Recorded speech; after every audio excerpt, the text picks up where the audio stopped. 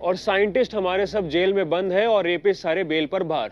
पर कोई बात नहीं, ऑल इज वेल। कौन से साइंटिस्ट को जेल हो गई? ये लड़का गलत जानकारी दे रहा था इस वीडियो में, इसीलिए ट्रोल हुआ। अरे भाई, साइंटिस्ट बाहर हैं, ये देख लो तुम्हारे आंखों के सामने। नाले से गैस निकाल के चाय बनाई थी साइंटिस्ट ने, बादलों में रडार से हवाइयां छुपा दिया था। अमेरिका का प्रधानमंत्री बार बार मोदी जी को बुलाता है, आओ मेरे साथ संबंध बनाओ। नरेंद्र मोदी ने कहा मेरे पास टाइम नहीं। लवणे न भोजन। हाँ, मित्रों, मैं बचपन में रेल के डिब्बे में चाय बेचता था। ये जो रील्स पर रील्स बन रही है ना, सारी क्रिएटिविटी दिख रही है। अरे मोदी जी, कहाँ है क्रिएटिविटी? एडिटर से कह के जरा दिखवाओ। नाले आए तेरे नाल ही नचना बे, आज मैं मोड़ बना लिया है।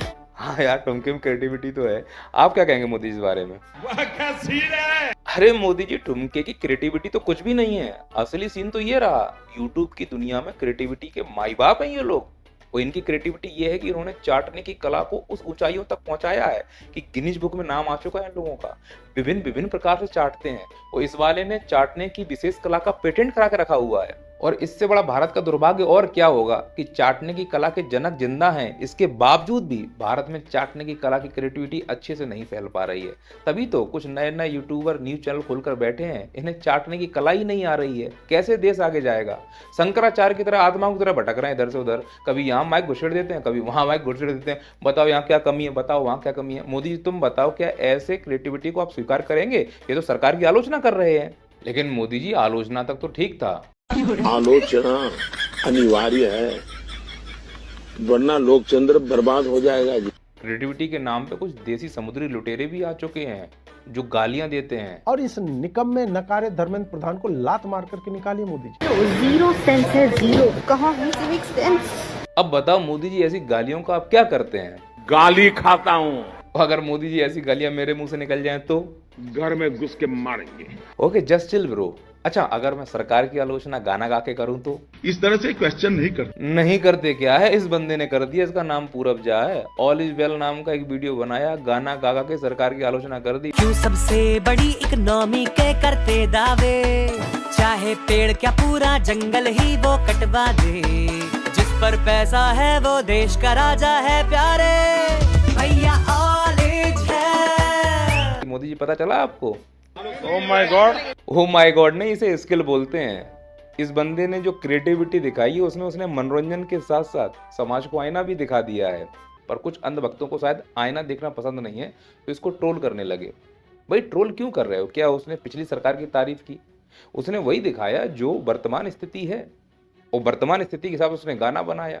और गाने कुछ बोल मैं सुना दे रहा हूँ, सुनाइए एडिटर साहब। जब corruption out of control, literacy हो अंडरगोल, न्यूज़ चैनल बने मस्खरे, इन्फ्लुएंसर खोले पोल, ऑल इज है। ये है गाने के पूरे बोल। और इस गाने को अगर पूरा सुनना चाहते हो तो पूरा जाके यूट्यूब चैनल पर जाकर सुन सकते हो। और इस गाने का सार ये है कि उसने वर्तमान स्थिति की जो हकीकत है वो गाने के माध्यम से बता दी। वो सही कह रहा है कि जो साइंटिस्ट हैं वो जेल में हैं। अब अंधभक्त अगर मोदी जी को साइंटिस्ट माने इस बात के लिए कि उन्होंने नाले से गैस निकाल के चाय बना दी, बादलों में रडार से हवाइयाँ छुपा लिए, तो भले ही साइंटिस्ट जेल के बाहर मान लो। और अगर सोनम बांगचू को साइंटिस्ट मानते हो तो वो सच में जेल में है। क्या है इसमें झूठ गाया उसने? वो जो रेपिस्ट हैं उन्हें बेल पर घुमाया जा रहा है। फिर तुम राम रहीम को देख लो, फिर वो कुलदीप सेंगर को देख लो। और इस देश में रेपिस्ट को बचाने का एक अलग ही पैटर्न चल रहा है।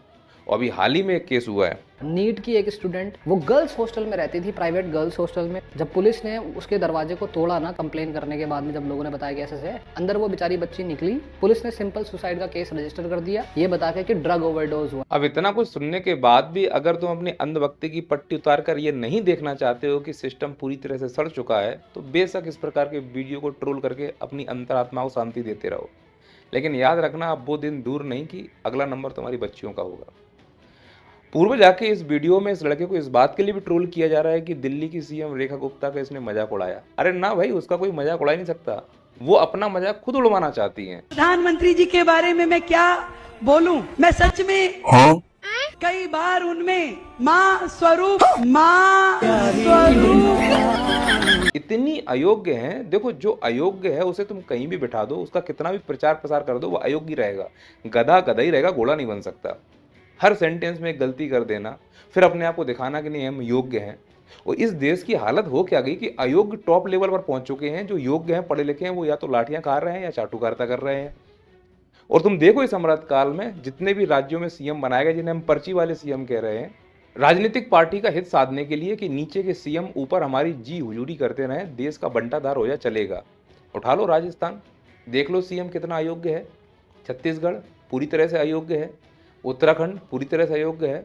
और मध्य प्रदेश वाले की तो हालत बहुत ही बुरी है। मतलब वो तो हर बात पे अभिनंदन कराता रहता है। राज्य में क्या स्थिति है पता ही नहीं है।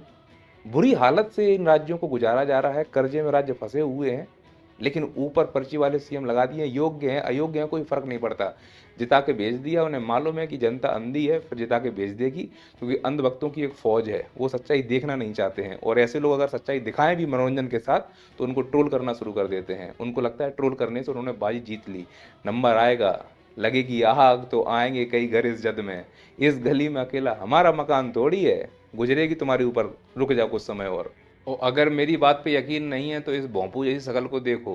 पहले ये क्या बोलता था, सुनाओ भाई। सड़क नहीं चाहिए, रोटी नहीं चाहिए, मंदिर चाहिए। अब ये क्या बोल रहा है, उसको भी सुनाओ भाई। भाजपा नेता के घर पर गोलियां बरसाकर दहशत फैला दी। 2 करोड़ रुपए की फिरौती मांग रहे हैं लोग। मतलब इन जैसे लोगों के दिमाग में क्या डाला जाता है? इनके दिमाग में डाला जाता है कि धर्म खतरे में है, सनातन खतरे में है, हिंदू खतरे में है, जाति खतरे में है। ऐसा लग रहा है हम भारत में नहीं खतरे में रह रहे हों। और जब इस प्रकार की पाठशालाएं चलाई जाती हैं यूनिवर्सिटी में, जिसे हम व्हाट्सएप यूनिवर्सिटी कहते हैं, जो यूजीसी का एक्ट आया ना, वो व्हाट्सएप यूनिवर्सिटी पर लागू नहीं होगा, परेशान मत होना। वहीं से ये लोग निकलते हैं ग्रेजुएशन करके। इनका उद्देश्य एक ही है, बस इस वाली पार्टी को जिताया जाए, इनके बेटों को बाहर विदेश पढ़ाया जाए, हम लोग तो अपना गुजारा कर लेंगे। और जब गुजरती है तो फेंफड़ा वा के रोते हैं। और अपनी तसल्ली कैसे कर लेंगे? फिर इस प्रकार के वीडियो को ट्रोल करके। अरे ये आईना दिखा रहा है, इसके अंदर हिम्मत तो आइए कम से कम। नहीं, कितने ऐसे यूट्यूबर हैं जो इस प्रकार की हिम्मत दिखा पा रहे हैं? सब अपना घर का पेट भर रहे हैं। और जिन दर्शकों ने इन लोगों को इतने बड़े यूट्यूबर बनाया है, उनके मुद्दे ये लोग कभी नहीं उठा सकते। एक लंबी लिस्ट है, जैसे इन्हीं लोगों को देख लो, सिंपैथी दिखाते हैं कि हम गरीबी से निकल कर आए, वहाँ तक पहुँचे। इस बात के लिए सम्मान है भाई, कि वहाँ तक आप जो पहुँचे हो ना, उसे अचीव करने में लोगों को बहुत मेहनत करनी पड़ती है। वो जो मेहनत आपने की है उसके लिए दिल से रिस्पेक्ट। जब वहाँ तक पहुँच गए हो और जिस जनता ने तुम्हें वहाँ तक पहुँचाया है, अब तुम्हारा समय है कि उस जनता को तुम क्या वापस कर रहे हो। अभी भी तुम क्या दिखा रहे हो? हमारा घर देख लो, हमारी छत देख लो, हमारी कार देख लो, हमारी बीवी देख लो, शर्ट देख लो, पैंट देख लो, चड्डी बनियान देख लो। ये सब दिखा दिखा के तुमने तो घर बना लिए, कारें बना ली। और जो तुम्हें देख रहा है वो तो अपना लौट कर डेटा खर्च कर रहा है, उसको क्या मिला? वो तुमको जो देख रहे हैं वो कितने बेल्ले बैठे होंगे, वो कितनी हीन भावना से ग्रसित हो गए होंगे, इतने कुंठित हो गए होंगे कि अब वो किसी से कुछ कह नहीं पा रहे हैं। तो उनको मौका मिलता है तो ऐसे वीडियो में आके भड़ास निकालते हैं। और हीन भावना से इसलिए बैठे होंगे कुछ काम नहीं है। काम क्यों नहीं है? क्योंकि उन्होंने ऐसी पार्टी को चुन लिया जो उन्हें काम दे ही नहीं रही है। अब पार्टी को चुन लिया तो उसको डिफेंड भी करना है। बेगारे बैठे हुए हैं तो क्या करें? ऐसे वीडियो आएंगे तो काउंटर करेंगे, ट्रोल करेंगे, उससे आत्मसंतुष्टि हो जाएगी और फिर इस प्रकार के वीडियो जाकर देखेंगे। ये लोग कभी अपने राज्य की आवाज़ नहीं उठाएंगे। इनके राज्य में बच्चों का बलात्कार हुआ, चुप रहे। पेपर लीक हुए, चुप रहे। इनके राज्य में पुल गिर गए, चुप रहे। क्योंकि इन्हें मालूम है अगर बोलेंगे तो इनके ऊपर ईडी सीबीआई के छापे पड़ जाएंगे। अगर घर चड्डी बनियान दिखाकर बढ़िया व्यू आ रहे हैं, पैसे कमा रहे हैं, तो काय के लिए जनता की आवाज़ उठाए? जो जनता अपनी आवाज़ खुद नहीं उठाना चाह रही हो, जो इनकी आवाज़ उठा रहा है वो इसको लौट के दबा रहे हैं, तो फिर ये लोग मूर्ख थोड़ा ना है कि इस प्रकार की आवाज़ उठा के अपने व्यू कम कर लेंगे। तो वो भी वही पड़ोसेंगे जो जनता चाहेगी। जनता बेगारी बैठी है तो बेगारी दिखा रहे हैं, ये भी इंजॉय कर रहे हैं, जनता भी इंजॉय कर रही हो। और जो एक कोशिश करते हैं उनको ट्रोल कर दिया जाता है। तो ऐसा लगता है जनता अगर मर रही तो मरने दो। और इस देश के नेता समझ चुके हैं कि झूठे वादे करो, इनको मारो और इनको तब तक नोचो जब तक जिंदा रहने को विकास ना समझने लगे। जैसे इंदौर में गंदा पानी पिला दिया गया, फिर महापौर आके पानी पी के दिखा रहा है कि देखो स्वच्छ है। समझ रहे हो? पानी का प्रूफ देना पड़ रहा है। तो जो लोग पानी पिलाने का प्रूफ दे रहे हैं कि पानी स्वच्छ है, अगर इनसे विकसित भारत होने का प्रूफ मांग लिया तो मर जाए ये लोग। ये स्थिति है इस देश की। और इस देश की स्थिति का अंदाज तो यूं लगाइए, जिन्हें हम अपना हीरो समझते हैं वो पान मसाला बेच रहे हैं, और जो पान मसाला बेचा करते थे वो हीरो बन गए हैं। और ये हीरो ऐसे हैं जो अपने स्वार्थ के हिसाब से घटनाओं को बताते हैं। जिनको पहले महंगाई लगती थी, अब उन्हें इसमें राम राज्य लग रहा है, अमृत लग रहा है। और जो पान मसाला बेच रहे हैं वो हमारे बच्चों से कह रहे हैं पान मसाला खाओ, शराब पियो, सिगरेट पियो, जुआ खेलो और पान मसाला खा के पिचकारी मारो। तो बस स्टैंड हो, रेलवे स्टेशन हो, बहुत जल्द अब एयरपोर्ट पे भी दिखेगा। तुम्हें हर जगह लाल रंग की पिचकारियां मिलेंगी। स्वच्छ भारत अभियान चला रहे हैं और दूसरी तरफ पान मसाला का ऐड कर रहे हैं। दाने दाने में केसर का स्वाद, लाख रुपए किलो केसर है और तुम 1 रुपए में दाने दाने में केसर का स्वाद दे रहे हैं। सरे आम फ्रॉड चल रहा है। देश का प्रधानमंत्री दिन दहाड़े झूठ बोलता है तो ये है किस खेत की मूली, क्योंकि इस देश में झूठ ही सच है और झूठ को सच बनाकर प्रस्तुत किया जा रहा है। और अगर कोई आकर ये कहे कि नहीं ये झूठ है तो उसको ट्रोल करना शुरू कर दो, क्योंकि अपनी हकीकत कोई सुनना नहीं चाहता है। तो वही इस बच्चे के साथ हुआ। और मैं यहाँ क्लियर कर दूं कि इस लड़के का सपोर्ट केवल मैं इस वीडियो के लिए कर रहा हूँ। हालांकि इस वीडियो में असभ शब्दों का प्रयोग किया जिसका मैं बिल्कुल समर्थन नहीं करता, लेकिन गाली गलौज तो हमारे समाज का हिस्सा हो गया है। और देसी समुद्री लिटरा तो दिन दहाड़े गाली देता है, ऐसा लगता है कि भाई अब कोई रोकने वाला है ही नहीं। और गाली समाज का हिस्सा हो चुका है। गालियों की लंबी लिस्ट है। अरे समाज में जो नेता विधि विधान बना रहे हैं, जिनको तरीके चलना है, वो गालियां दे रहे हैं। सुनो अब लंबी लिस्ट है।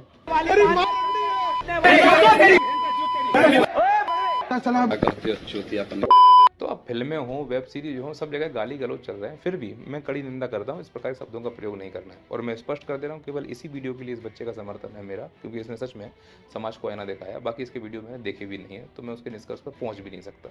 और जाते जाते मैं मोदी जी के बारे में आपको ऐसी बात बताना चाहता हूँ जो किसी को नहीं मालूम होगी। मोदी जी गुजरात से हैं और गुजरात में एक पर्वत है गिर पर्वत। मोदी जी अक्सर गिर पर्वत जाया करते थे, तो वहाँ के क्षेत्रीय लोग पूछते थे मोदी जी कहाँ गए, तो लोग कहते थे मोदी जी गिर गए। गिर गए का मतलब गिर पर्वत गए। और जब से मोदी जी गिर गए तब वो सब चीज़ें गिर रही हैं।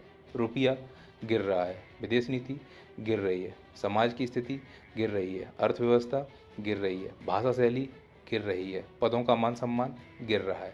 वो सब चीज़ें गिरेंगी क्योंकि मोदी जी गिर गए हैं। मोदी जी गिर गए हैं, गिर गए हैं।